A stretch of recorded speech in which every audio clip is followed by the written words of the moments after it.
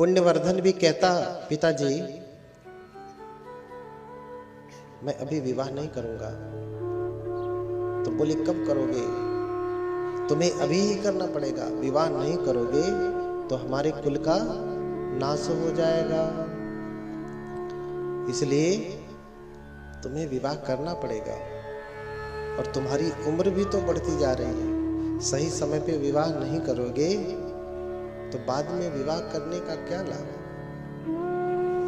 देखा जाता है कि कभी कभी लोग काम के चक्कर में अपना पूरा जीवन बिता देते हैं, लेकिन विवाह नहीं करते। और फिर जब समय आता है तो विवाह करने लायक नहीं बचते। हाँ? सरकार ने भी सरकारी मानक जो है उसके अनुसार भी स्त्री लड़की 18 वर्ष की हो गई और लड़का 21 वर्ष का हो गया तो विवाह कर लेना चाहिए। उससे पहले नहीं, उसके बाद किया जा सकता है, लेकिन बाद में भी इतना नहीं कि 50 साल बाद करें, 50 का हो जाए तब करें। यानी अब हो गए विवाह योग्य। तो नौकरी के चक्कर में कभी कभी विवाह भी बहुत विलंब से होता है, और जब विलंब से विवाह होता है तो वैवाहिक जीवन सुखमय नहीं होता। कहो पुत्र ही न पैदा हो, हाँ, संतान ही न हो, या तो बहुत धनवाला लड़का है तो कम आयु की लड़की हो गई तो भी विवाह हो जाता है पैसे की वजह से, लेकिन फिर भी जीवन सुखमय नहीं रहता, फिर भी जीवन सुखमय नहीं होता, क्योंकि पति जल्दी से बूढ़ा हो जाता है, पत्नी जवान रह जाती है, तो झगड़ा होना तो तय है। पुण्यवर्धन से कहते कि तुम्हारी आयु हो गई है, अब तुम्हें विवाह कर लेना चाहिए। बार बार कहने के बाद पुण्यवर्धन गुस्सा में आता, कहता ठीक है, अगर विवाह करने के लिए कहते हैं तो ऐसी लड़की ढूंढ करके लाइए जो 5 प्रकार से कल्याणकारी हो। कौन कौन से 5 प्रकार के कल्याणकारी? कहता है कि अट्ठी कल्याणम, अस्थि कल्याणकारी, मंस कल्याणम, छवि कल्याणम, वय कल्याणम और अपवित कल्याण। तो अट्ठी कल्याण क्या है? बोले ये 5 कल्याण क्या है? बोले अट्ठी कल्याण वो है कि जिसकी अस्थियां अर्थात जो कन्या लड़की शरीर से बहुत मजबूत हो। शरीर की मजबूती कहां से पता चलती है? कितना मजबूत है शरीर कैसे पता चलता है? जिसका दांत मजबूत होता है, पहले ही कीड़े लग गए हो तो शरीर भी बीमारी वाला ही है। इसलिए अस्थि कल्याण, जिसके दांत क्या हो, सुंदर हो, पंक्ति में हो, ऊपर नीचे ना हो, बाहर ना निकले हो। किसी किसी के दांत इतने नियम के विरुद्ध होते हैं कि होठों को भी तोड़ करके बाहर निकल जाते हैं, होठ को काट देते हैं। ये हंसने की बात नहीं है, अपने अपने पुण्य की बात है। क्यों ऐसा होता है?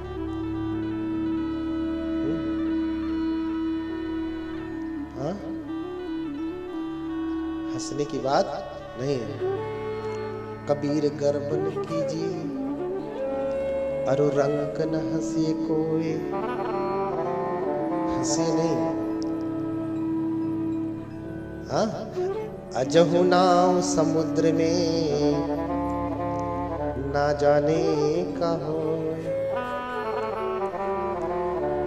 हंसे नहीं।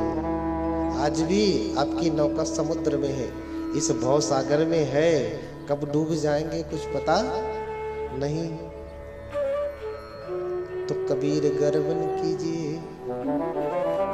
और रंक न हंसिए कोई।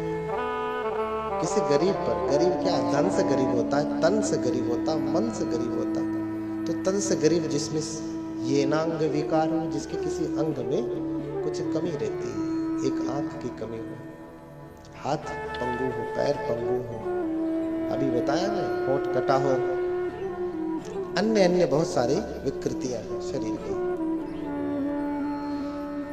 इस बात को ध्यान रखिए, नहीं हंसना चाहिए। अक्सर हम जब देखते हैं कि कोई टेढ़ा लंगड़ा चलता है तो हम हंसते हैं। कबीर की बात ध्यान रखिए। कबीर गर्वन कीजिए अरु रंक न हंसे कोई। हाँ, अरे अजहु नाव समुद्र में ना जाने का हो। उसका तो जन्मजात टूटा है, क्या भरोसा आज ही आपका एक्सीडेंट होकर के टूट जाए। इसलिए हंसे नहीं। तो अति कल्याण क्या है? जिसके दांत पंक्ति में हो, सुंदर हो, सफेद हो, मोती जैसे हो, चमकते हो। क्योंकि दांत कौन से सुंदर लगते हैं? मोती जैसे। किसके किसके दांत मोती जैसे हैं? हाथ उठाएं, स्त्री पुरुष दोनों। किसी के दांत मोती जैसे हैं? हाँ, किसी के दांत मोती जैसे हैं? सबको कमी लग रही है अपने अपने दांतों में। क्यों कमी है? क्योंकि दांत सुंदर होते तो भी स्त्री पुरुष सुंदर लगते हैं। इसलिए क्या कि जौवस दांत जगाओ वही ज्योति, तो लगी लोग लौटा वही मोती। हाँ, जब दांत सुंदर होता तो लोग हीरे मोती लुटाते। बड़ा सुंदर दांत। स्त्री हो पुरुष हो, जब हंसता है उसके दांत सुंदर होते तो अच्छा लगता है। दांत टेढ़े मेढ़े हो तो सुंदर नहीं लगता है। तो अति कल्याणं क्या हो? उसकी अस्थियां मजबूत हो, ठीक ठीक हो, सीधी सीधी हो। कभी कभी लोग खड़े होते तो पैर या तो इधर घूम जाता है या फिर इधर घूम जाता है। क्या इसका मतलब कि उसके पैर सीधे नहीं है। इसलिए जब पुलिस में भर्ती होता है तो सब कुछ सीधा सीधा होना चाहिए। नहीं है तो जाओ तुम एक्सरसाइज करो, सीधा करके आओ, तब तुम्हारी ज्वाइनिंग होगी। हाँ, क्या भरोसा उसकी आगे की कमर पीछे आ जाए। कभी कभी कोई झुका रहता ऐसे चंद्राकार, आगे की तरफ से झुका होता है ऐसे, कभी कभी पीछे की तरफ से ऐसे झुका होता है, तो वो भी ठीक नहीं है। क्यों? क्योंकि अस्थि कल्याण नहीं है। शरीर अपने यथार्थ रूप में नहीं। और जब ऐसा नहीं है तो न केवल सुंदर लगेगा, हाँ?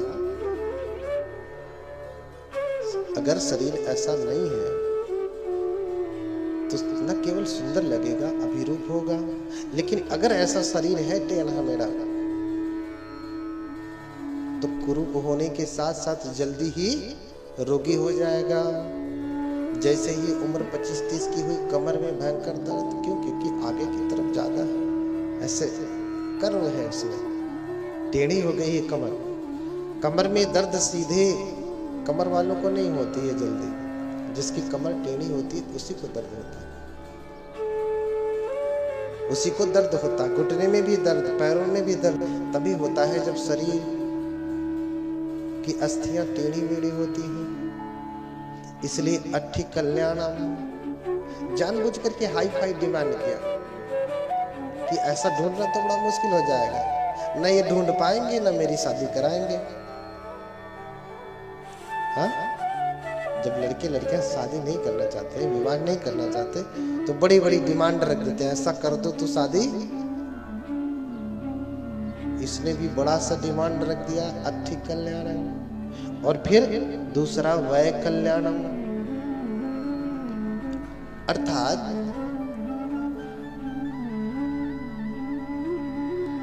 उसका शरीर इतना सुंदर हो कि बूढ़े होने के बाद भी चेहरे पे, शरीर में कहीं पे भी झुर्रियां ना पड़े। हाँ, झुर्री समझ रहे ना, ऐसे धारी धारी जो पड़ जाती है माथे पे, गालों पे, पड़ना तो है। लेकिन बूढ़े होने के बाद भी बहुत सारी ऐसी माताएं होती हैं, ऐसे पिता होते हैं जिनके चेहरे पे धारियां नहीं पड़ती, झुर्रियां नहीं पड़ती, पड़ती भी है तो नाम मात्र की। झुर्रियां पड़ने से शरीर और भी बदसूरत हो जाता है। इसलिए त्वचा पे पहली बात तो झुर्री ना पड़े। दूसरा, वै कल्याण का अर्थ है शरीर काला भी ना हो। कैसा हो? गोरा हो। जब पुरुष ढूंढता है तो सदैव सुंदर, हाँ, गौर वर्ण की गोरी स्त्री ढूंढता है, और स्त्री भी ढूंढती है तो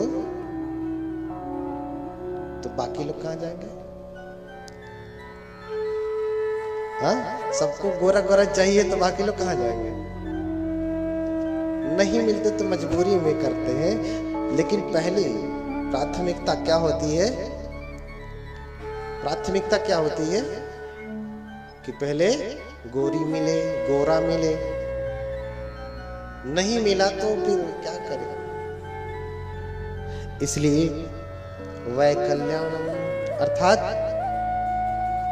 त्वचा सुंदर हो, न सिर्फ सुंदर हो, दाग धब्बों रहित हो।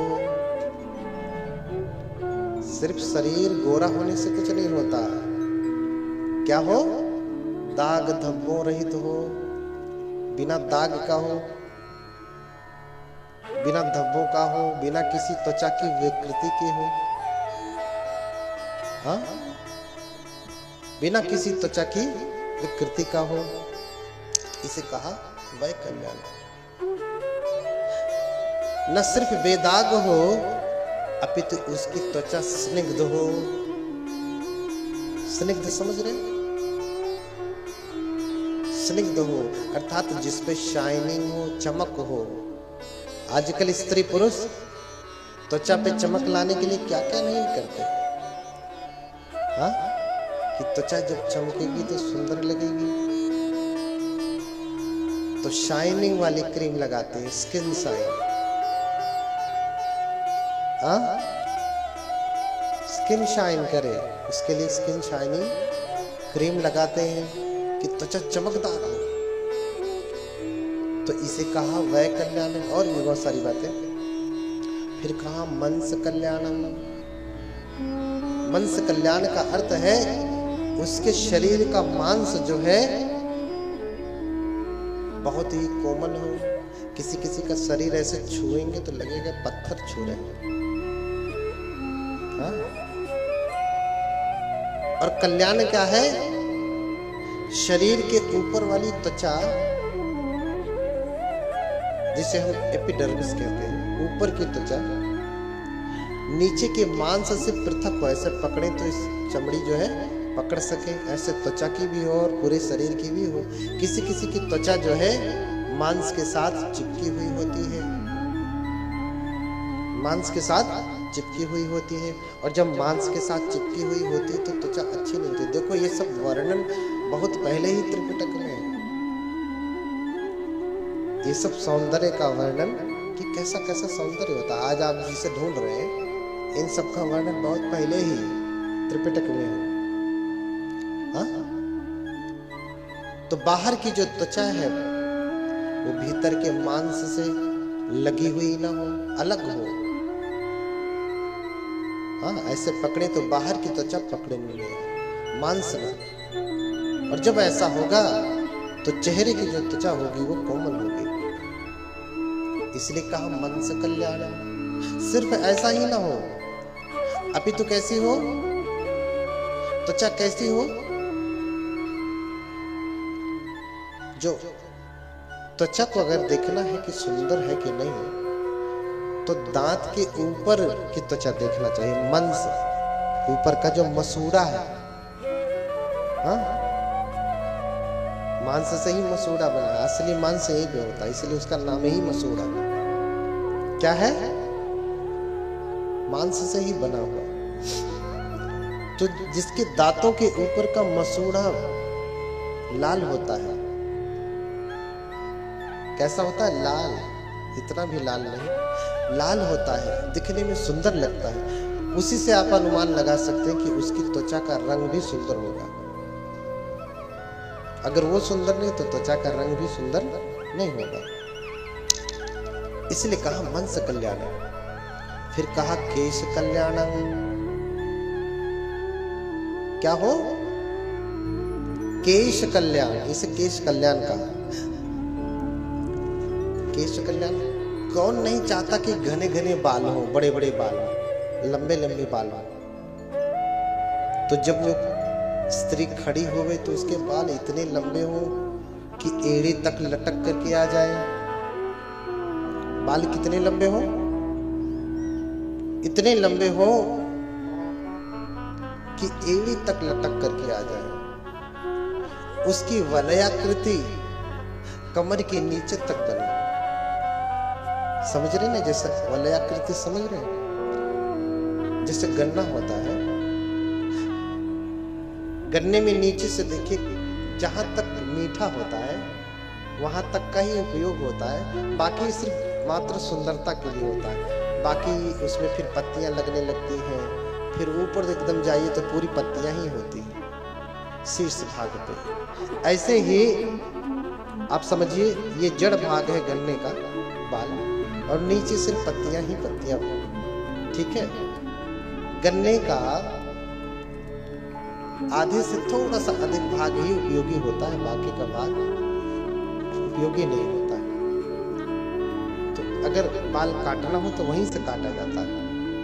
आज की बात ही अलग है, आज तो कहीं से भी कट देते हैं, उसकी बात ही अलग हो गई। लेकिन गन्ना भी काटा जाता है कहाँ से, जहां से उसकी पत्तियां निकलना शुरू होती हैं। तो बाल की पूरी लंबाई तो एड़ी तक हो, लेकिन वलयाकृति कहां तक हो, कमर तक हो। गन्ना तो बहुत बड़ा होता है, काम का कहां तक होता है, आधा ही, आधा से थोड़ा सा अधिक। इसे कहा केश कल्याण। इतना ही नहीं, 80 की आयु होने के बाद भी जिसका बाल काला ना जो है, सफेद ना हो, काला ही रहे, जिसके एक एक बालों के कूप में एक एक ही बाल हो। अब इतना कौन देखने जाए।